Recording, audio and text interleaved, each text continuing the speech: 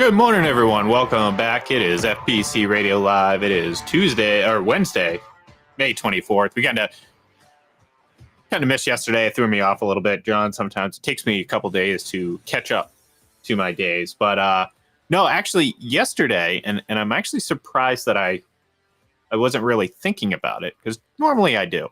But yesterday and the day before, and I always bring this up, in 2010, both 24 and Lost, two of my favorite network shows, went off the air one after another. It was an incredibly devastating 2 days if you were fans of both. And myself and a bunch of my friends were obviously fans of both because, well, they were both great shows. And yeah, I always think about that, except for this year apparently, because it just slipped my mind. But I saw a tweet about the last episode yesterday, so it made me think about it, and makes me feel like I might have to go back and watch a little bit.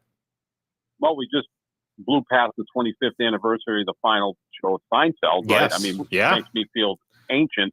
The same day Frank Sinatra died. So, those were obviously like the two lead stories when it came to pop culture. Now, when Lost and 24 both ended, did we know that it was going to be the finale of those shows? Because yeah. that would kind of push back a little bit about the narrative, but I guess like you knew it was the final episode of MASH. You knew it was going to be the final episode of Seinfeld. Was that the case with those two shows? I never really got into either one. I tried 24 and I got seasick watching it. So I'm not big on a lot of camera movements. I'm more of the Orson Welles. Gotcha. Gotcha. Set up the shot and let the actors act. Well, you can only contain Jack Bauer so much in a single slow shot. So I'm going back to 1941.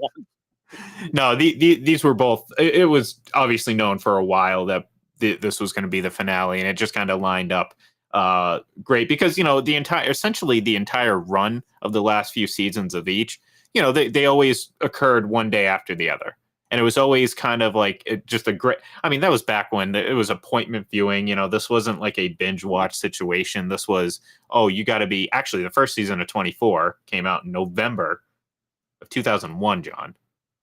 It was long time ago. I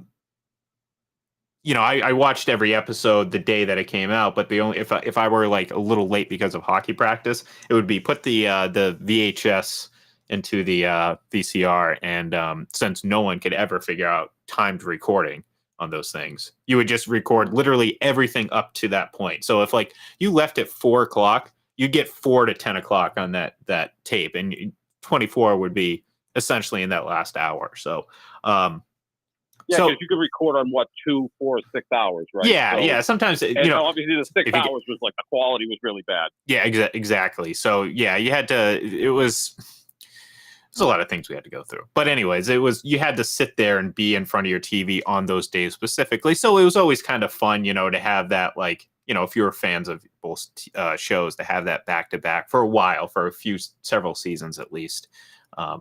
But anyways, we're not here to talk about Lost in 24. I mean, I could, but we only have so much time, and I have to mention that the Denver Nuggets are going to the NBA Finals. Forget about the Lakers for a minute. The Denver Nuggets are going to the NBA Finals for the first time in franchise history, and that was woefully undercovered on network television this past week because, well, I believe the day after Get Up, it was 95% LeBron James. So let's give Denver their due. They're heading to the final after another pretty dominant performance. They've been the best team in this postseason without question, right? They beat Minnesota in 5, Phoenix in 6, the Lakers in 4. So, with that numerical jargon, you would expect them to win the NBA Finals in 7. So they'd have a 4, 5, a 6, and a 7 game win. Yeah, they've been fantastic. I mean, not just Nikola Jokic, who's been the best player in the postseason.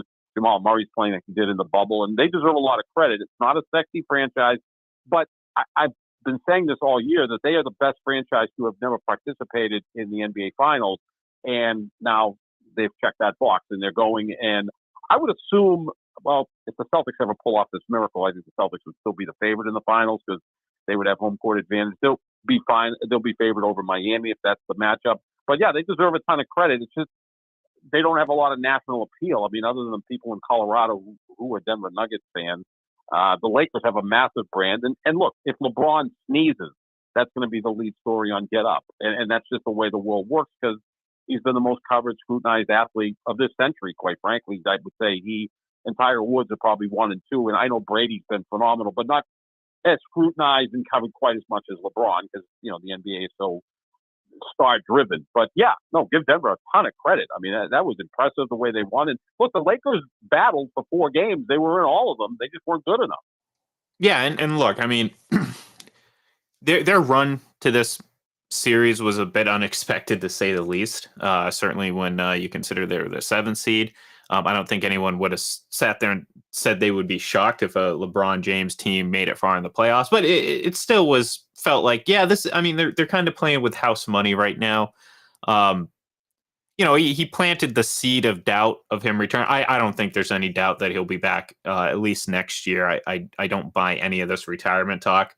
I'm a cynic, John, and I certainly believe he did this to garner a bit of attention because look, you can call me biased, call me whatever, a LeBron hater. I'm really not. I'm kind of, I'd say indifferent. I don't have you know what I mean? I think there's great cases to be made for him and Michael Jordan and several other players as the greatest NBA players of all time, all that stuff. So I don't really care about that. I do think and I've said this several times, I think he can be very fake, very phony. And I think that rubs a lot of people the wrong way. Obviously he's going to be under a microscope. So these little things are going to seem much bigger than what they are. So for me, I'm a cynic, and I believe that he just brought up the whole retirement thing, knowing that, well, he does that, and who's going to be the lead story? Well, not the Lakers losing to Denver, but LeBron James and his future. So.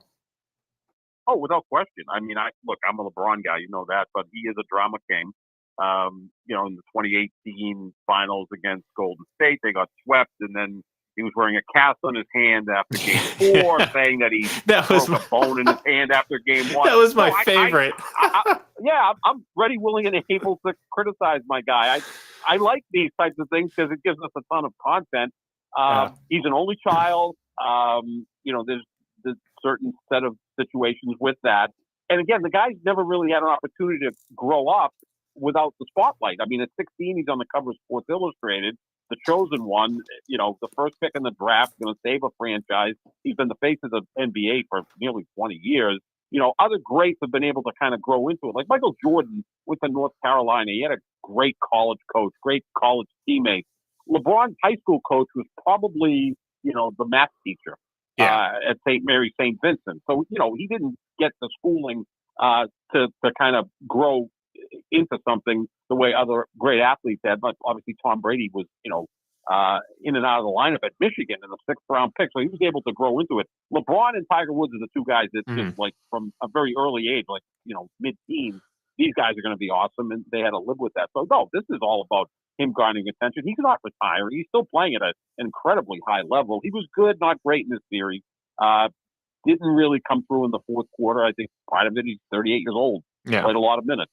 No, he's not going to retire. I mean, there was one theory out there that he retires, sits out a year, and then joins whatever team drafts Bronny in the 2024 NBA draft. I mean, but that's kind of a tough inside straight flush to pull off, right? Yeah. Because a 38-year-old guy going to take a year off? Although, we've talked about Brady taking a year off and coming back next year. I mean, they're kind of similar type dudes in that sense. Yeah, but it's also a risk too, and it's no sure thing. It's not like he just needs rest, and he'll be back. It's like no, that could, no matter how much he works out or whatever, it could just get to the point where he just doesn't have it. And look, moving forward, the Lakers are obviously going to have to. He can't be the guy, or at least in their mind. You know what I'm saying? You want to surround him with more talent at this point in his career. You have to. Mm-hmm. You have to. And it doesn't.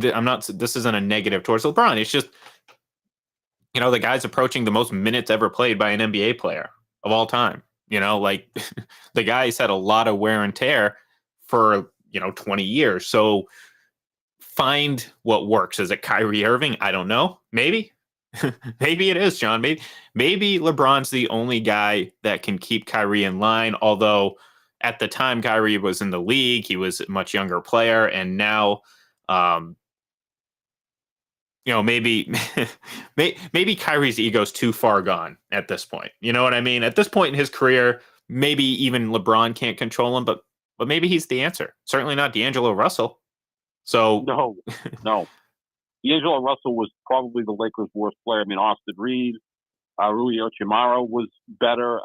Everyone was better than D'Angelo Russell. Yeah, Kyrie, I think, would be a fine fit, but you're going to be able to keep him on the straight and narrow.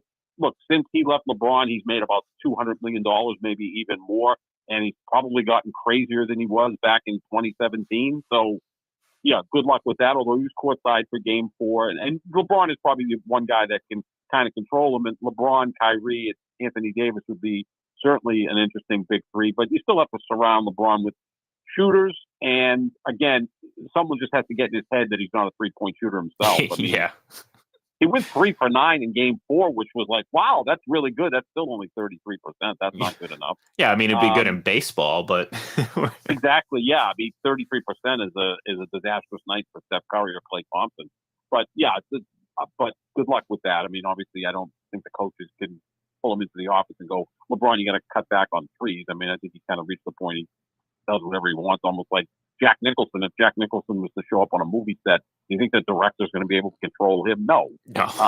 But yeah, no, I think this is an attention grab for LeBron. He's good at that. He's good at always being in the news cycle. But we do have to congratulate Denver because really from start to finish this year, other than the last couple of weeks of the regular season where they did load manage their stars and lost some games, they've been the best team in the Western Conference easily. Yeah, and look, maybe there's something to that late season management load because I mean, you're seeing obviously again you can't really fault a 38-year-old guy like LeBron who has played so many minutes, not just in the regular season but in the postseason. I mean, how many seasons of postseason basketball does he add on to his regular season? You know what I mean? Like 3.5 years. It's like Brady. Brady's played an additional 3 years in the postseason, right? And you add all those games up. Derek Jeter, not so much, but it felt like another full season of playing baseball, which is a little different than football and basketball. Well, yeah, I mean the guy's played forever. So maybe there's something to that. But I'm glad you brought up Derek Jeter though, John. I'm glad you brought that up because it's forcing me to move to last night's game in which the Celtics, I mean, dare I say they actually looked pretty good. I mean, it wasn't perfect. There were still some, instances where you're like, all right, come on, let's figure it out. But they played very well. They answered just about every Miami Heat run, something they haven't done all season. And you know what gives me hope, John? Not that they played better defense. I'm going to guess. You go ahead. I mean, look, I'll tell you this. What gives me hope, John, is that snapshot of Alex Rodriguez and Derek Jeter courtside at that game. And then immediately a great defensive play, steal, and transition basket by the Celtics. And for me, I try to find these like little things like maybe, maybe it's false hope. I don't know. Maybe it is. But there's only been one team in Major League Baseball history to lose a 3-0 series. And that happened to, obviously, the Yankees, led by Derek Jeter and Mr. Alex Purse slapping. I always think about that GIF. Remember when someone put Photoshop the purse onto his hand? But that first base ball slap. Oh, I should think before I speak sometime. Anyways, you know what I'm trying to say. The guy who smacked the baseball out of the glove. These guys were sitting courtside. They had lost that series to the Red Sox. And maybe if you believe in a little bit of mojo, a little bit of, something in the air, maybe that's going to be, I hope that's going to be the image that we see when the Celtics championship video moves into talking about the Eastern Conference Championship, because that would be quite a display, quite a bit of imagery if it happens. Obviously, their presence alone isn't going to change things, but John, they have an opportunity being the home team. And this is this is, I guess, where the advantage of being the top seed down 3-0 comes into play. And maybe it's not for the Celtics because they haven't necessarily been great at home, but they win game 4. They now have potentially two of the next 3 games at home. Game 5, if you go out and play to the crowd, and think of a classic just home court advantage, John. You're hitting your shots, the crowd's getting into it, you're playing off that energy. You see that out of the Celtics in game 5, all of a sudden, this like, okay, haha, silly little, okay, they won 1 game, they won 2. All of a sudden you're like, okay, wait a minute. Maybe this is going to be enough to kind of really start swinging that momentum towards the Celtics. Saw some good things last night. They really got to amp that up in game 5. And like I said, really play to the crowd and use that, because that momentum, I think, is in basketball, it's like playing the music while the game's going on. There's a lot of connection to that. And I think the energy from the crowd and the moment, I think, could be really big for the Celtics team, and they could take advantage of that. Last night, the 3 biggest reasons they were able to win the basketball game, they shot 40% from 3. They only had 10 turnovers, and they defended. If they do that, they can pull off this miracle. They're the better team than the Miami Heat. Maybe Grant Williams will serve in the role of David Ortiz back to the 2004 American League Championship Series. And yet, without question, Alex Rodriguez is a cooler. I remember the Packers playing the 49ers in the divisional round back in 2021. And they showed a picture of him in the crowd, and I'm like, oh, the Packers are going to lose because I get friends with Alex Rodriguez. And then he showed up to the Knicks series against Miami. Now, I don't know if he's a Knicks fan, a Heat fan. He was wearing a Yankees jersey. But, the Knicks lost. So he shows up as a Heat fan, which I think he is because he grew up there. Yeah. Maybe he's going to cool them on down, too. Hey, you know what? Like I said, I'm just hoping that is the image that we're going to see. It's going to be, just synonymous with this potential championship run. But if you think about that Red Sox-Yankees series, games 1 and 2, they were close in score, maybe not so much in reality, kind of like games 1 and 2 between the Heat and the Celtics. And then in game 3, the Yankees blew out the Red Sox, and in game 3, the Heat blew out the Celtics. So, I mean, there's a lot of symmetry there. There's a lot of comparisons that hopefully, like I said, we'll be looking back at that image and saying, that was when things changed for Miami. Nothing on the court. Forget about that. Who cares about X's and O's? I know. I don't even want to go there with X's and O's. I just want to go with, just make your shots, defend, don't turn the thing over. But like that's what it comes down to. It's pretty simple stuff, but they play look, better. We're not talking about out of normal shot percentage. I mean, 40%, hitting 40% of your shots is kind of right in their ballpark. So it is. We're not talking about them going, they just need to play their game. And all of a sudden, I mean, Jimmy Butler didn't look great last night. I mean, he was okay. You know what I mean? Certainly not the hyped up player that, we've seen over the last week. I mean, if you talk to some people would argue that he's like the best player in the playoffs. And I'm like, are you serious? Like, calm down a little bit with the Jimmy Butler love. They're winning because Caleb Martin's scoring 19 points a game, and you're getting all this help across the board. I'm not saying he's not playing well. I mean, he certainly is. But you didn't get that last night from the Heat, mostly because the Celtics took care of what they were supposed to do defensively. And like you said, 10 turnovers. I mean, you got that in like 3 possessions at one point in the third quarter in game 3 or whatever it was, where they just, I mean, it was back-to-back turnovers. And, the funny thing is, if I remember correctly, a decent chunk of those turnovers did actually come almost consecutively. So for the majority of the game, they took care of the basketball very, very well and certainly didn't have any unforced errors, which was something that was a huge issue the first few games. Yeah, those live ball turnovers are the killers. I mean, there's all different types of turnovers. The offensive foul is a turnover, and that can put someone in foul trouble, but at least you can go back and set up your defense. Live ball turnovers are the worst. I mean, they're not quite as damaging as pick sixes, but, it's like throwing an interception and gets returned to the 30-yard line or whatever and puts you in scoring position. So, again, it's not a real intricate formula.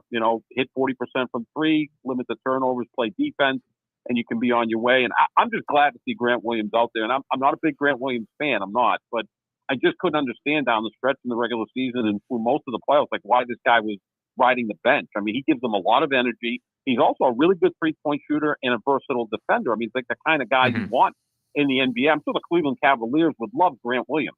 You know, they got their great backcourt and some really good front court guys. They don't have a wing, you know, who can defend and hit threes. This guy can do both of that.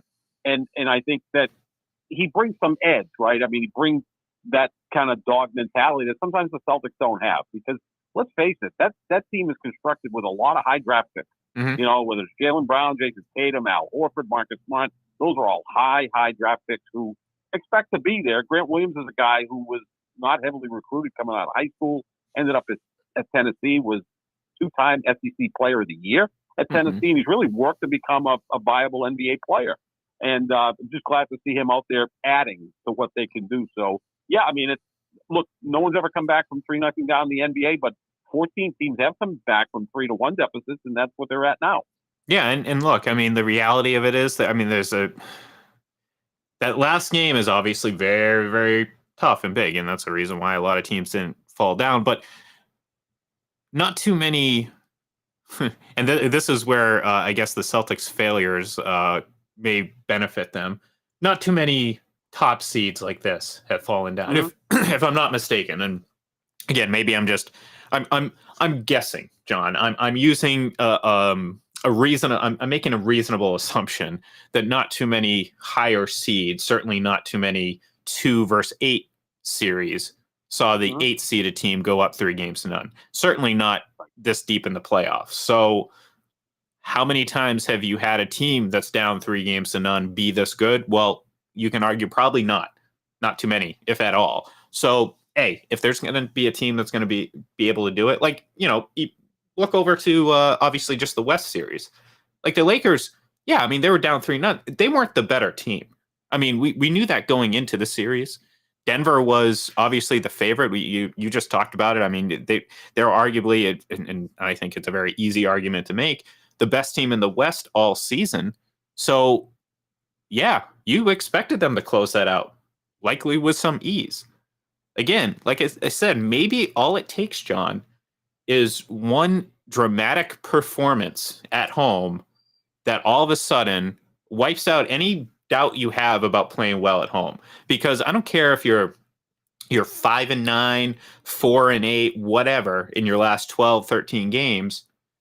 If you go out, John, and you have a 15, 20 point victory at home in game 5, who do you think's who do you think's the momentum's in favor of?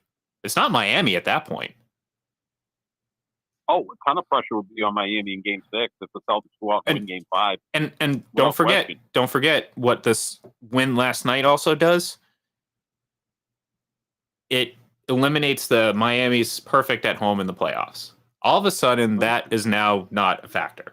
We're not thinking, oh, how are you going to beat Miami? They haven't lost at home. Well, they just lost. And really, the Celtics just kind of playing their game was enough to kind of have a pretty comfortable victory.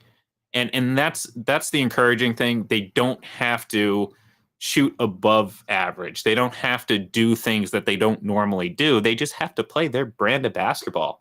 And you have a really good shot at winning 3 in a row now. So the whole thing about the matchup between Miami and the Celtics, this is the second straight year they're meeting in the Eastern Conference Finals. They've played 11 games against each other. The home team is 3-8. So there's like no home court advantage. But the Celtics won 3 of 4 in Miami last year. And you look, they won, 2 of 3 in Philadelphia this year, facing elimination in Game 6.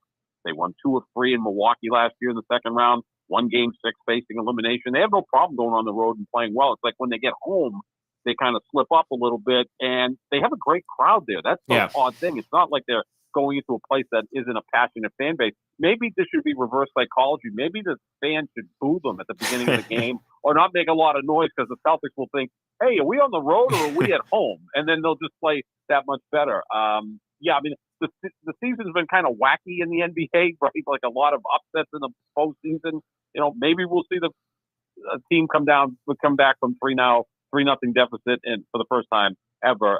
Again, like you said perfectly, I don't know how many times in that situation the 2 seed was down 3-0 to the 8 seed. Yeah. That's probably not a lot of time. Yeah, no, I can't imagine that would be the case. But well, we're gonna have a lot of opportunity to see potential comebacks because both series in the NBA and both series in the NHL are at or were at 3-0, which is crazy to think. Let alone both in the same sport, but both series or all 4 series in 2 different sports. It's pretty remarkable. But all right, well, we've kind of run out of time, so we will not talk about Aaron Rodgers' calf today, but we will do so tomorrow because the old man's a little dinged up. Nothing serious, but you never know, John.